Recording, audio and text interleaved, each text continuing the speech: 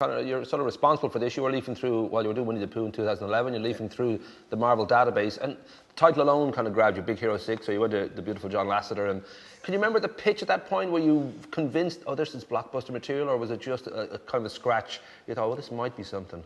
No, it was more, I thought it might be something. And you know, it wasn't just this movie. You know, we're asked as directors to pitch at least 3. And I was so excited, I think I had 6, actually. And this being the most obscure from as far as Marvel properties go. And it was a bit of and I thought it was probably the dark horse. You know, I mean, I thought there was something there, but you never know. You never know with John. But I think it was because it had such a strong emotional center to it. You know, that the idea that this super genius, this 14-year-old kid loses his brother, and this robot becomes a surrogate big brother. Yeah, I think it really hooked him with the emotion. And those early decisions, you know, it's based on a mildly obscure Marvel comic from September 1998. We should mention Stephen T. Siegel, not Stephen the... Siegel and Duncan Rouleau. There you go. And then also Scott Lobdell and Gus Vasquez, developed it. But it does change quite a bit. For example, our beautiful Baymax in that is kind of a dirty, big, kind of hulking green monster of a giant who can transform into a dragon, and we don't get that in the movie. I don't know whether that was, you know, from pretty obvious from early on. Well, because this is fairly obscure, we can change stuff here. We can find what we want. It was definitely it was never meant to be a straight adaptation. It was always meant to be inspired by, and that was always by design. And the first you know, when I first met with Marvel after John picked Big Hero 6, you know, we sat down and you know, they were thrilled, and they basically said, look, don't worry about setting this in the Marvel Universe. You just don't have to worry about any of that. You don't have to worry about trying to weave in Captain America, Iron Man, or any of that stuff, or the Avengers, because they got that all worked out.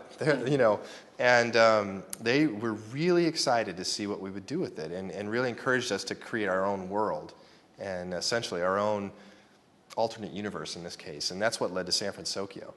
That's got to be a relief too, and a bit like Guardians of the Galaxy, when you're not developing a character that people know and love. You're not going to get a comic book guy coming up to you on the street and saying, you should have stayed a pension to, you know, all this sort of...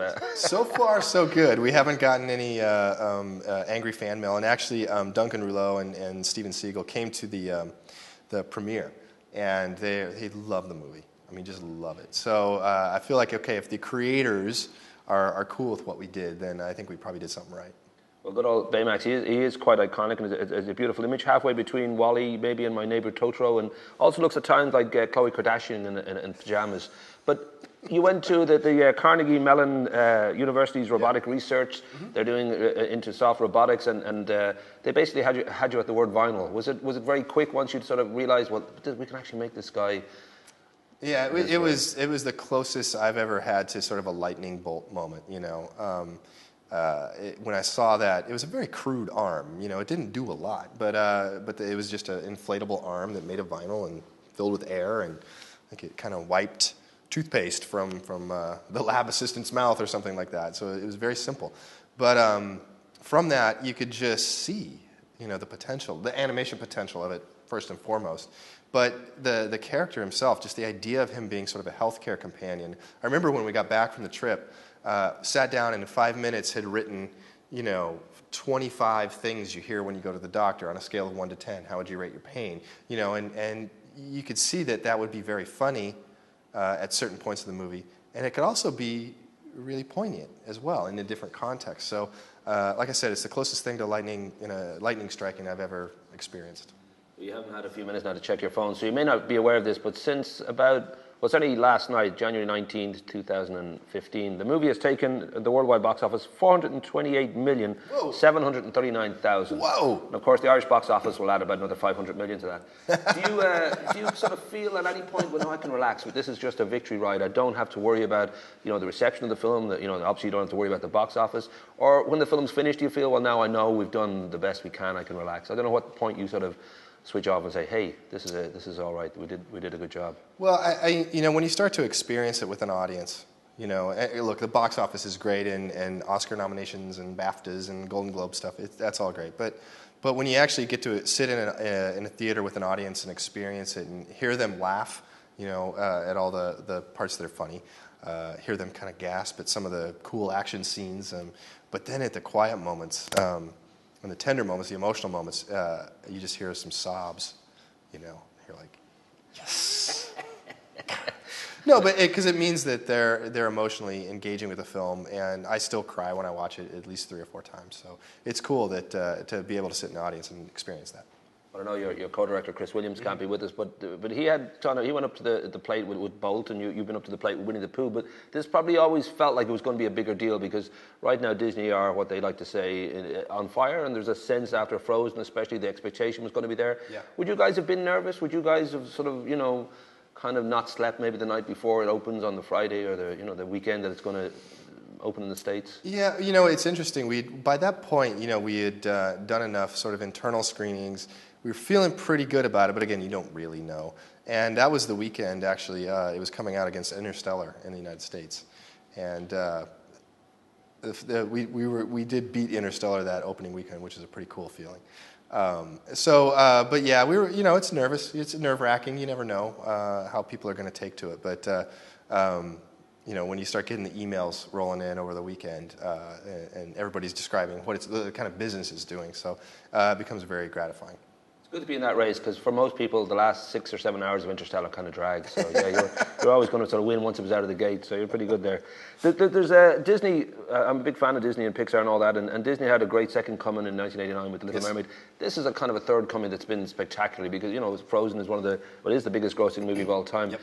Does it feel a little bit vertigo-ish? Does it feel, when things are going that great and things are that successful, there must be a little bit of vertigo creeps into the everyday feeling of, this everything we touch right now is kind of gold, and I'd hate to be the person who just doesn't have the touch or doesn't quite.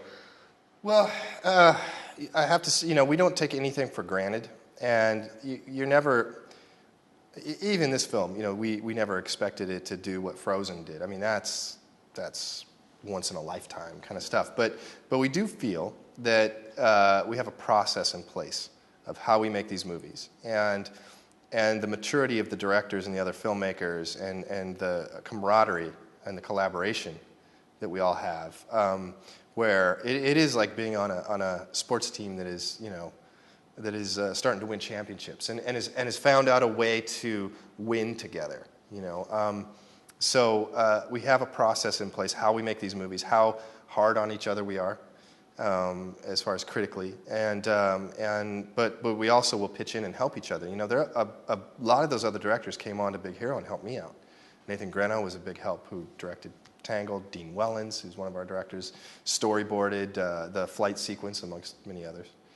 And so there's just this feeling amongst all the directors where we are all in this together. We all work on each other's movies, and we're not going to let a colleague fail. There is that great kind of, those we've got to wrap up now, but that sort of sense that with Pixar having had such a beautiful run of their first 20 years or so, John Lasseter's at the helm, and he's sort of like the Elvis of animation. And then in 2006, he takes over both Disney and Pixar, and he sort of becomes Colonel Parker because he's got to sort out the house of Disney, and he has sorted out the house of Disney. But that Colonel Parker kind of role is very difficult because, if he turns around to Chris and say, I don't like the line hairy baby, but thankfully he lets it stay and it gets a big laugh from the audience. Yeah. But there is that thing, how do you tell Colonel Parker, actually, I don't think you're wrong on this one, or is it a tough line because he is pretty smart and yet at the same time... He's extremely smart, and has amazing instincts. But I think he also respects it when you, as a director, fight for something that you believe in. And, he's been in the director chair a few times. He's going to enter it soon again.